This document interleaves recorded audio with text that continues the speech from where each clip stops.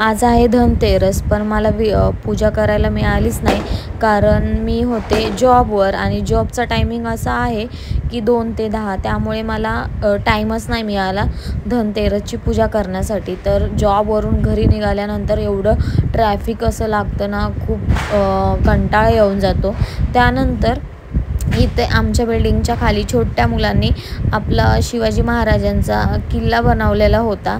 त्यामध्ये मावळे वगैरे असं सगळं डेकोरेशन खूप सुंदर असं आणि हिरवा निसर्ग दाखवण्याचा प्रयत्न केलेला आहे.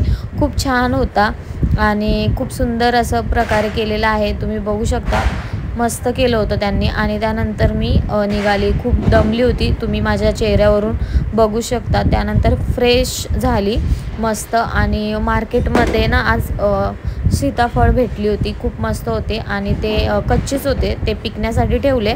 त्यानंतर डाळ होती, आईने डाळ भात वगैरे असं बनवलेलं होतं.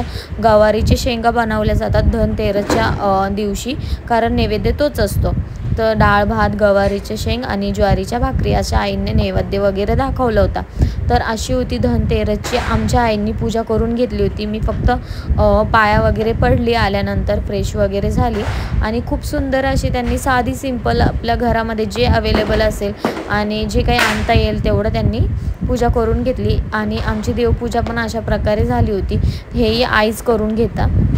देवपूजा वगैरे सर्व करून झालं आणि मी दर्शन वगैरे घेतलं. त्यानंतर मी डाळ भात, गवारीची भाजी असं जेवण केलं. चला बाय.